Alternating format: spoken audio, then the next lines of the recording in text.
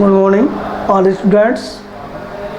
अपना जो चैप्टर चल रहा है वो चल रहा है 16.4 यानी 16.4। ये आपकी प्रश्नावली है। अब देखो इसका अगला सवाल जो है कि एक गोला है, ये किसी धातु को बना हुआ है जिसकी त्रिज्या आपको 10 सेमी आपको दे रखी है।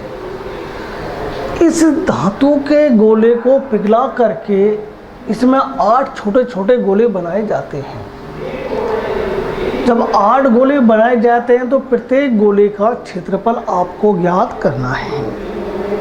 तो ऐसी स्थिति में भाई प्रत्येक गोले का क्षेत्रफल याद करना है। इसको पिघला के बनाए 8 गोले। तो जब क्षेत्रफल याद करते हैं तो आपको पहले त्रिज्या याद करनी पड़ेगी। तो एक गोले का आयतन जो होगा वो 8 गोले के आयतन के बराबर होगा। एक गोले का जो आयतन होगा वो 8 गोले के आयतन के बराबर होगा। तो बड़े गोले की त्रिज्या आपकी 10 सेमी है।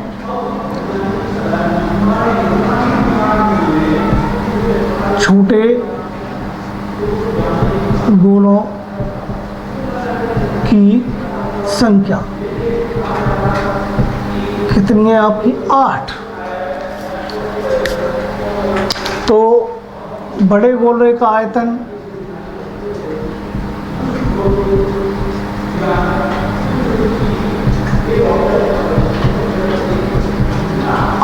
बराबर 8 छोटे गोलों का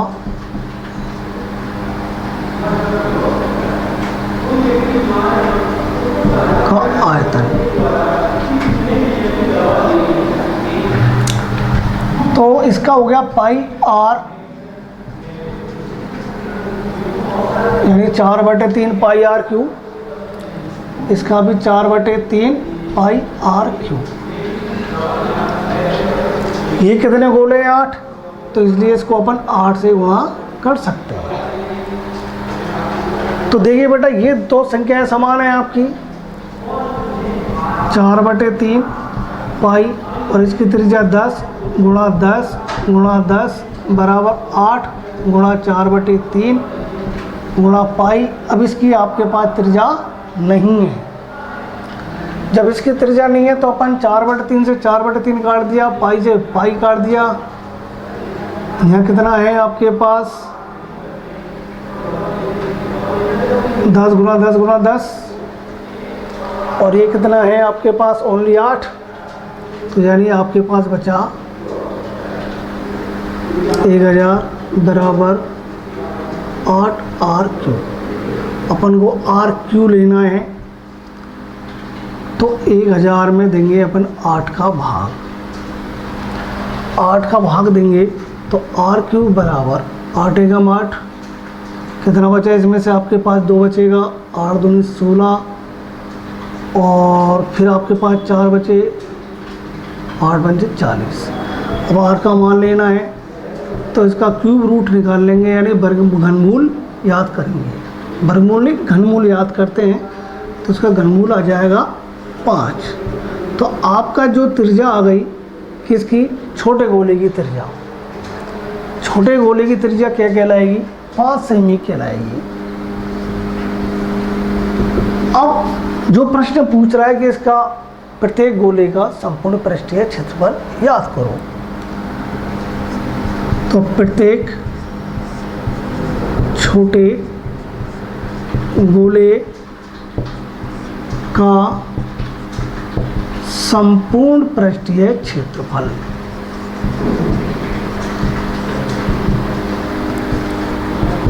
क्या सूत्र होता है? 4 पाई आर स्क्वायर होगा। 4 गुणा पाई का मान 22/7। त्रिज्या कितनी हो गई? 5 गुणा 5। इसका जो आंसर आएगा 314.285। या मान लो पाई का मान नहीं लिखना चाहते हो आप, मत लिखिए। तो 55 25 25 चौके 100 100 पाई भी कर सकते हैं अपन। या क्या कर सकते हैं, 100 पाई भी कर सकते हैं। तो ये आपका cm²। तो प्रत्येक छोटे गोले का संपूर्ण पृष्ठीय क्षेत्रफल आपका आता है 100 पाई या 314.285। देखिए अगला सवाल कि एक अर्ध कटोरा है, वह किसी द्रव्य से भरा हुआ है, चाहे पानी हो सकता है, चाहे तेल हो सकता है, कुछ भी हो सकता है। उस द्रव्य को अपन को बेलनाकार वस्तु जैसे बोतल हो गई या कोई बर्तन हो गया उसमें भरना है। तो ऐसी कितनी बोतलों की आपको आवश्यकता होगी? तो देखिए अर्धगोले की त्रिज्या 9 सेमी, बेलनाकार बोतल की ऊंचाई आपकी 4 सेमी हो गई, बेलनाकार बोतल का व्यास 3 सेमी और त्रिज्या 3/2 सेमी। अब यह बोतलों की संख्या, अर्धगोले का आयतन निकालना पड़ेगा, उस आयतन में एक बोतल के आयतन का भाग देना पड़ेगा जिससे कि बोतलों की संख्या आ जाएगी। तो अर्धगोले का जो आयतन का सूत्र होता है वो होता है 2/3 पाई आर क्यू। बोतल के आयतन का सूत्र होता है पाई आर स्क्वायर एच। तो देखिए पाई से पाई अपन काट सकते हैं, 2/3 है, 3 को 9 से काट दिया, 3 आया। अब आपके पास संख्या क्या बची? ऊपर 2 बची, इधर 3, इधर 9, इधर 9, 3/2। तो बटे के बाद बटा ऊपर जाएगा, फिर 3/2, फिर 2 ऊपर गया और 4 है नीचे आ जाएगा। ये दोनों कट गए, 4 से 3 से 3 कट गया और 3 से 9 भी कट गया। तो ऊपर क्या बचा आपके पास? 2 बचा, ये 3 बचा और ये 9 बचा। तो 9 × 27 दूनी 54 बोतल है। आपकी जो बोतल आएंगी वो आएंगी 54। देखिए अगला सवाल आपका कि एक पानी की टंकी है, इसमें पानी भरा हुआ है। इस टंकी से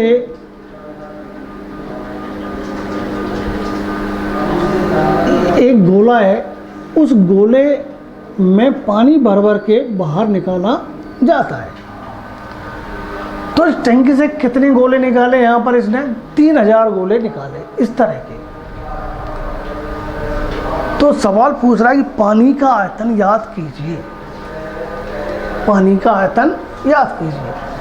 मान लो अपनी बाल्टी होती है घर पे, अपन गिलास यूज करते हैं, मग्गा यूज करते हैं, उस मग्गे से पानी बाल्टी से निकाल करके दूसरी वस्तु में, भगोने में, कुछ में भी डालते हैं तो कितने मग्गे पानी बाहर निकलेंगे?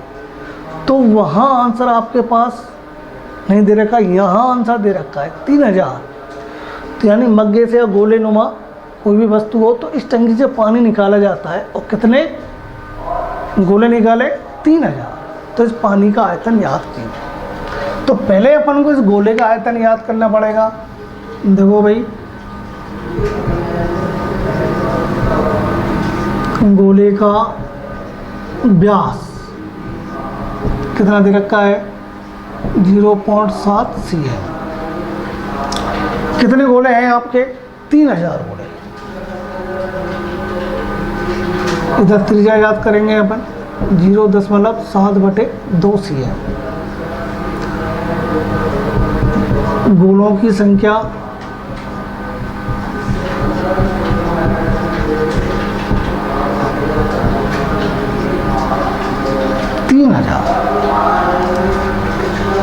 तो अपन को लेना है पानी का आयतन, पानी का आयतन। तो यानी 3000 गोलों का आपको आयतन याद करना पड़ेगा। तो 4/3 पाई आर क्यूब, 3000 गुणा 4/3, पाई का मान 22/7, त्रिज्या होती है आपकी कितनी हो गई? 0.7, 0.7/2, 0.7/2। इस तरह से जब अपन निकालेंगे सवाल को, इसका जो आयतन आएगा वो आएगा 539 घन सेमी या सेमी क्यूब। ये पानी का आयतन आपका आ जाएगा। क्षेत्रफल भी पूछ सकता है कि पूरे गोले का संपूर्ण पृष्ठीय क्षेत्रफल याद कीजिए, लेकिन यहाँ प्रश्न में मान ओनली त्रिज्या का मान पूछ रहा है, आपको त्रिज्या याद कीजिए। तो देखिए अपन ने तीनों गोलों को नाम डाल दिया, गोले A B C, A B C, तीनों गोलों के आयतन को याद करके तीनों को जोड़ना है, ठीक है ना। तो गोले ए बी व सी की त्रिज्याएं क्रम से 6 सेमी, 8 सेमी और 10 सेमी है। तो यह तीनों गोलों का आयतन बराबर एक बड़े गोले का आयतन। तीनों गोलों का नाम क्या डाला अपन ने, ए बी और सी, और बड़े गोले का नाम क्या डाला, डी डाल दिया। तो यहाँ एक त्रिज्या को R1 मान लो, एक को 2 मान लो और एक को 3 मान लो, और बड़े गोले की त्रिज्या को कैपिटल R मान लो, ठीक है। तो R1 का मतलब 6 सेमी, R2 का मतलब 8 सेमी और R3 का मतलब 10 सेमी। तो यहाँ 4/3 पाई समों में है, 4/3 पाई को अपन ने कॉमन ले लिया, तो RQ, R2 और RQ बचा आपके पास। तो R1 की वैल्यू 6 का Q हो जाएगा, R2 की वैल्यू 8 का Q हो गया, R3 की वैल्यू 10 का Q हो जाएगा। खोलेंगे 6 गुना 6 करेंगे 216, 8 गुना 8 करेंगे तो 512, 10 गुना 10 करेंगे तो 1000। ये जो कॉमन आया आपने का इसमें, तो 4/3 पाई और 4/3 पाई कैंसिल हो जाएगा, तो ये संख्या आपके पास बचेगी। तो यहाँ आया 1728 आपका, RQ बराबर 1728 चाहिए, क्या मात्र R चाहिए। तो यहाँ क्या निकालेंगे, इसका घनमूल याद करेंगे। क्या याद करेंगे, घनमूल, और 1728 का घनमूल क्या आता है, 12। चेक करना है कि सवाल आपका आंसर सही है गलत, तो 12 गुना 12 करके देख लो, ये संख्या आपकी वापस आ जाएगी। तो ये इसका बड़े गोले की त्रिज्या आ जाती है। इसी में प्रश्न को आगे बढ़ा दिया जाता है कि इस बड़े गोले का संपूर्ण पृष्ठीय क्षेत्रफल याद करो। तो आप 4 पाई R स्क्वायर वाला सूत्र लगा करके उसका क्षेत्रफल याद कर सकते हैं, ठीक है। देखिए अगला सवाल, धातु का एक गोला है जिसका व्यास आपको दे रखा है 6 सेमी। इस धातु के गोले को पिघला करके एक तार बनाया जाता है। क्या बनाया जाता है, तार, जिसकी लंबाई दे दी 36 मीटर। इसकी त्रिज्या मालूम करनी है आपको। और तार की जो शक्ल होती है, शेप होती है, वो होती है बेलनाकार होती है। तो देखिए बेटा, गोले का व्यास आपका 6 सेमी है, त्रिज्या कितनी आ गई इसकी, 3 सेमी। तार का रूप जो होता है बेलनाकार होता है, तो तार की लंबाई क्या कहलाएगी, 36 मीटर। ये मीटर और ये सेमी है, तो दोनों चीज़ें एक होनी चाहिए। तो मीटर को अपन ने सेमी में परिवर्तित किया। 1 मीटर बराबर होता है 100 सेंटीमीटर। यहाँ आपके पास 36 मीटर है, इसलिए 100 से इसको गुणा करेंगे तो 3600 सेंटीमीटर होगा।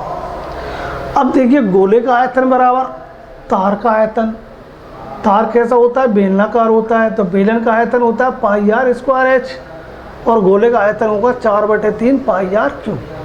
पाई से पाई अपन काट सकते हैं। 4/3, R का मान कितना है अपने पास, 3, या RQ 3 गुना 3। इधर R का मान आपके पास नहीं है, मालूम करना है। H कितना है, 3600 लिख दिया। लेना क्या है, R का मान लेना है, किसके, तार का, तार यानी बेलनाकार का। तो 3600 का भाग अपन इसमें दे देंगे। तो 3 से 3 काट दिया, तो क्या बचा अपने पास, 4 बचा। ये दोनों 3 बचे बटे 3600। 4 नाम 36, 2 जीरो ले लिए अपन ने। इधर 3 3 और 9 से अपन 9 को काटेंगे तो 9 एकम 9 और 2 की बिंदी 2 लगा दी। आपके पास R स्क्वायर का मान क्या आया, 1/100 आया। अब 1/100 का वर्गमूल याद करना है, क्योंकि R स्क्वायर हटाना है, स्क्वायर हटाना है, खाली R लेना है। तो 1 का वर्गमूल तो 1 होगा, 100 का वर्गमूल क्या आ जाएगा, 10 सेमी आ जाएगा। तो 1 में 10 का भाग देंगे तो 0.1 सेमी आ जाएगा। चाहे ऐसे राइट कर दो, चाहे ऐसे राइट कर दो, एक ही बात है। ये आपके तार की त्रिज्या हो गई।